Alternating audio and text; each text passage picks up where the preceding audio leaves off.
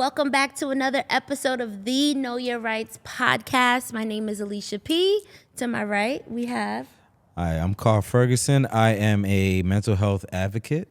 And to my left, we have Jasmine. I'm Jasmine Simone, and I am a certified nutritionist and agricultural therapist. Wonderful. And our guest today is Dr. Milo Dodson. How are you today? I'm amazing. Blessed to be here. Good. Tell us a little bit about yourself. Who are you? What are you? What do you do? Oh, man, existential questions right off the bat. So I would say what I do. So I'm a licensed psychologist in the state of California, born and raised here in Los Angeles area. And currently my position is that I serve as senior manager for diversity, inclusion, and community outreach at Belkin International. Subfields of psychology, my PhD is in counseling psychology, so that allows me to do the D&I work, diversity and inclusion work, in addition to all of the therapy that I've offered, individual group therapy, as well as doing different research. So wonderful. Went to school for 1,000,000 years to be able to do 1,000,000 things. A lot of healing. Love that. So today we actually are going to talk about trauma and trauma in the news and how that impacts everyone. Yeah. From our children to our black men to our black women. Yes. How it just essentially impacts us. Tell Yeah. us a little bit about your perspective on that. Oh man, you big old questions. I know. My goodness, how much time do we have? Okay, so let me break it down like this. We can experience trauma in multiple ways. It doesn't have to be something that impacts us or physically happens to us directly. So you can have like a primary trauma or a primary traumatic experience happening to you directly. I'll be very, very honest here. So at the age of 15, I was assaulted by police when I was riding my bike home with my mom. And I know we've talked about this before. So that was a direct traumatic experience that I experienced.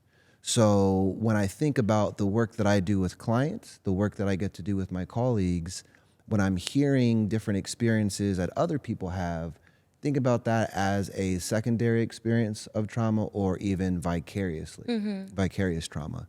So the reason why this is important is because when we're thinking about seeing direct trauma happen to people in the news, that can still have a very real impact on us physically as well as emotionally, even though that incident didn't happen to us.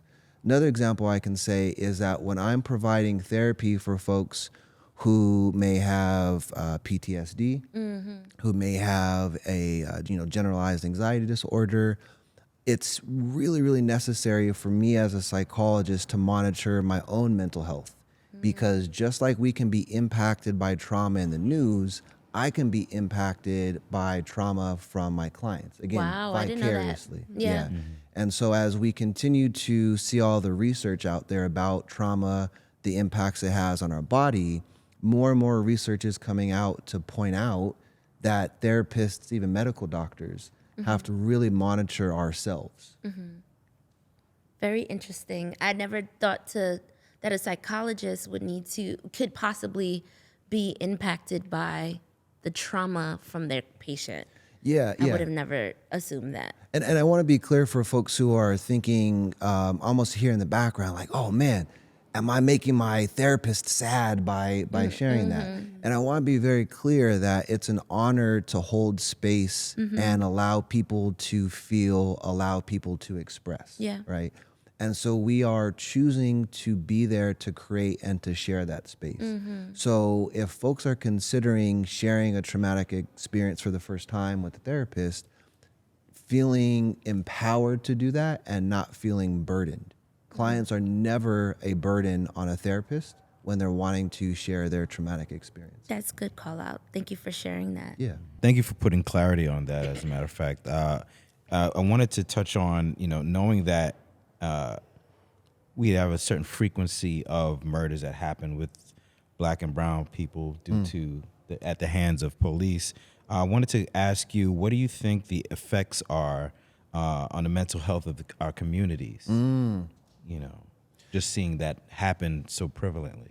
Yeah, I think the prevalence, and I'm sure the statistics would back this up, as we see these incidents more and more, and to be clear, we know this stuff has been happening for decades and decades prior to social media, Right. prior to being able to capture even the old school like tapes and videos. So we know that this has been happening. What I think is going on out there now is we're seeing it happen more often. And so again, we talked about vicarious trauma already, right? So we're experiencing vicarious trauma more often because of the prevalence of seeing these videos out there. So think about what we're saying here. I'm experiencing more and more traumatic events. I'm having more trauma exposed to my body. So by extension of that, we don't need to really think about this up here, like break it down. Our mental health is being impacted on a daily basis when we're seeing these videos, even if not by an hourly basis, right? So we have to understand that our bodies process emotional pain, traumatic pain that way in the same way that they do physical pain. So mental health is just as real as physical health, and there is no health without mental health, especially when we see all this trauma happening left and right. And the one thing that's like, just to ring note a truth to what you're saying is that for my journey, I've been 8 years in therapy. It started with that frequency. I grew up in the neighborhoods and didn't fully understand the magnitude of my PTSD. And once it started, not that we didn't know it was happening, Sure. but I believe Philando Castile was the one that for me was like the final straw. Sure, And I just felt like this constant pressure, and I didn't know why I was feeling off, and decided to go to therapy for that. So that honestly is what started the journey. But again, not realizing that the frequency of seeing it would impact me that way, because I almost normalized it because of growing up in the neighborhood. But that extension of what you're saying is that you can still experience someone else's trauma because it relates. You can absolutely still experience that. And I think the frequency of seeing something happen out there also needs to be buffered with the frequency of things that we're doing to take care of ourselves intentionally and to heal ourselves intentionally. And I'm so glad that you took that as an opportunity to heal yourself, because we know, myself as a Black man, hearing so many different messages over the years around the stigma of mental health, right? And there's so many brothers out there who don't go to therapy, who don't even think about that as an opportunity for themselves. So, podcast stuff aside, Karl, I love you, man. I'm glad you took that as an opportunity for yourself. That's beautiful. Appreciate it, brother. That is. I'm so glad you mentioned that, because when you said that, like, I just had to close my eyes and have a moment, because that was so hard for me as well. Like, I shut down with the Philando Castile. I mean, I'm telling you, I was like, it's too much. And then right after that, my tool is nature. As an agricultural therapist, I was in the soil, right? So giving that trauma back to the soil. Bell Hooks wrote that when our ancestors were in the South, they had more incidences of depression and anxiety when we moved to the North, because we weren't in the soil, in the land. And of course there was so much to be depressed about in the South. Yeah. Right. So I went to the farm. I was in the earth, given that after that experience, I was in the woods, like seriously, because I had to, it's birth. So speaking of that, that's the tool as an agricultural therapist that I work with. But what are some other tools, that mental health tools that people can incorporate to recover and replenish, ourselves from these re-traumatizations? Absolutely. I think I'm glad we're asking that. I'm glad we're learning in community here. And I think in addition to learning best in community, we also heal best in community. So as social beings, there's plenty opportunities to heal and to connect, to be able to talk about it. And part of the reason why therapy works, and works very well, is because of that human connection, that one-to-one, right? We're our most vulnerable potentially with a therapist. And we're using that as an example to then build other connections. So not just in a social way of nourishing ourselves, not just in a nutritional way. I know you appreciate that. Physical activity, super, super key. For me, playing basketball, soccer, going to the gym. Some of us also may be going to church, being able to have that spiritual health, right? And so I think there's lots of different buckets of ways to heal ourselves that we can tap into in various moments. If we're in a city, we may not have immediate access to greenery, right? Right. But how do I maybe then listen to a podcast about healing ourselves? How do I maybe do a virtual therapy session in my apartment? Yeah. Right? Yeah. And so whatever it is that we feel helps us heal, feel good about feeling good, right? It's necessary. Can you say that again? Let me clear my throat too. Whatever it is that helps us feel good about feeling good. That's nice. Giving ourselves permission to actually heal, right? That's the first step in any sort of self-care healing journey, giving ourselves permission. I get to heal. That's beautiful. I think, get to heal, yes. Yeah, again, giving yourself the grace and compassion that you deserve. It's very hard. People, myself included, we don't realize how often we don't allow ourselves that grace of just finding that mental freedom Yes, of just speaking to someone. that's it.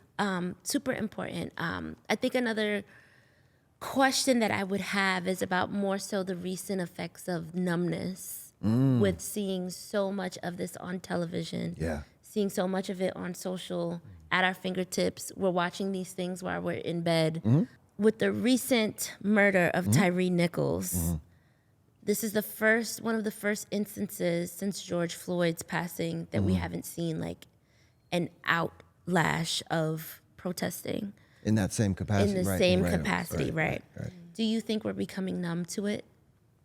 Let's go back to understanding here. In 2020, because for me, learning is about context. Yeah. Nothing happens in isolation. So what happened with Tyree Nichols being murdered in 2023, very, very different from George Floyd being murdered in 2020. And if you, correct. And if you think about where we were as a world at that time in 2020, we're at home, Stillness. right? End of Shut May, down. beginning of June, shut down. Anxiety. Anxiety built up, depression built up. People were feeling like Memorial Day around that time was going to be that outlet that they had to get outside, right? And so this emotion, this expectation to be able to have the release to celebrate was then we were presented with this vicarious trauma. And so the pain, the emotions then get channeled to very valid emotions of anger, rage, etc. So we're expressing at that point, we flash forward with the expectation, again, in context, that in 2023, things are going to have changed a little bit. And we see the repetition of Black folks continuing to be murdered by the police. So to answer your question, context is everything here. 3 years later, it's still more of the same. Yeah. And when we have more of the same, we sometimes become desensitized to that. Or as Yeah. Karl said, we become numb to that. But what I want folks to understand is that numbing ourselves intentionally or unintentionally, we do that as a coping strategy. The reason why we desensitize at times is because our brains and our bodies and our hearts are not meant to have this level of exposure at this frequency. So we numb ourselves almost unconsciously. Like a protection mechanism? Exactly. So we're trying to protect ourselves in this sort of abnormal situation. And just because things happen continuously doesn't make them normal. Yeah. Yeah. So what do? Well, I'm gonna numb myself, right? To try to cope, essentially. To try to protect myself. So what I want folks to understand is that we're numbing ourselves as a coping mechanism, whereas the hope that I have for us as a people and as a community is that we can feel the feels in community. We can express, and we can let that pain out to be able to let this community love in. Yeah. Right? And instead of numbing ourselves, if we can express, if we can intentionally practice self-care, that allows us to navigate this system in a way that's actually going to deconstruct and build this system back up in a way that it serves us. Yeah. Right? So nobody can do everything, but we all have to do something. Yeah. And that starts with being able to heal ourselves. I do think the healing is starting to happen slowly. This instance on the other end of the spectrum was one of the first instances as a community that people advised each other not to watch to protect your peace. Like that was more so Yes. the radical change in that situation than the actual protest. Yeah. Which I'm not saying one is more powerful than the other, but this one to me felt safer Correct. and better because it protected your peace. And I think, to be clear, I want folks to understand there's no judgment if you choose to watch a video or you Right. don't choose to watch a video. Right. I'll be honest, for myself, I couldn't watch a video. Yeah. Because as I'm, oh man. Take your time. So we know the video came out about 4 p.m., give or take. 4 p.m. on that Friday. And at 6 p.m., I was supposed to go to a church service to support folks to be in community in Monterey Park. Oh man, you gotta make me cry. And so when I'm thinking about this video coming out, I intentionally chose to protect my peace because I had to ask myself and to say, I don't need to watch this to still know what happened. Exactly. Right. And I don't need to watch this to still want to fight back, And support. to still heal myself, and Yeah. to still support my community. Yeah. In the past, I think what's changed is that people had this sort of, I need to see or I need to witness this, even if, indirectly, to be able to almost feel or to know that it's real or Yeah. to know that Yeah, it's yeah, yeah. happened. And, and again, I'm not judging anybody if we choose to watch or we don't watch, but I want people to feel empowered and be intentional, to live mindfully, that you don't need to continue to expose yourself to that, yeah. right? Protecting, I want to tell people directly, I need you to be able to protect your peace. And that's what I had to do. Like I shared earlier, sometimes the own trauma that I experienced as a 15-year-old black boy in front of my mom, that sometimes comes back up unexpectedly. Yeah, of course. And what we know about trauma as well is that it compounds on what you previously experienced or what you saw happen before. So going back to your question here, I think we can be intentional about protecting our peace, creating and maintaining boundaries, and still being aware about what's going on. If we are choosing to watch videos, more power to you. The only thing I would invite folks to consider is that to ask yourself, what am I hoping to get from watching this? Right. If I just want to see it, to expose myself to that, I'm going to probably say, take a pass. If you feel like you're wanting to see it for an intentional purpose, fully support that, and know that it's still okay to turn that off at some point. Yeah. Thank you for sharing Yeah. that moment. You said something that's very important. You mentioned it a couple of times, is the idea of community.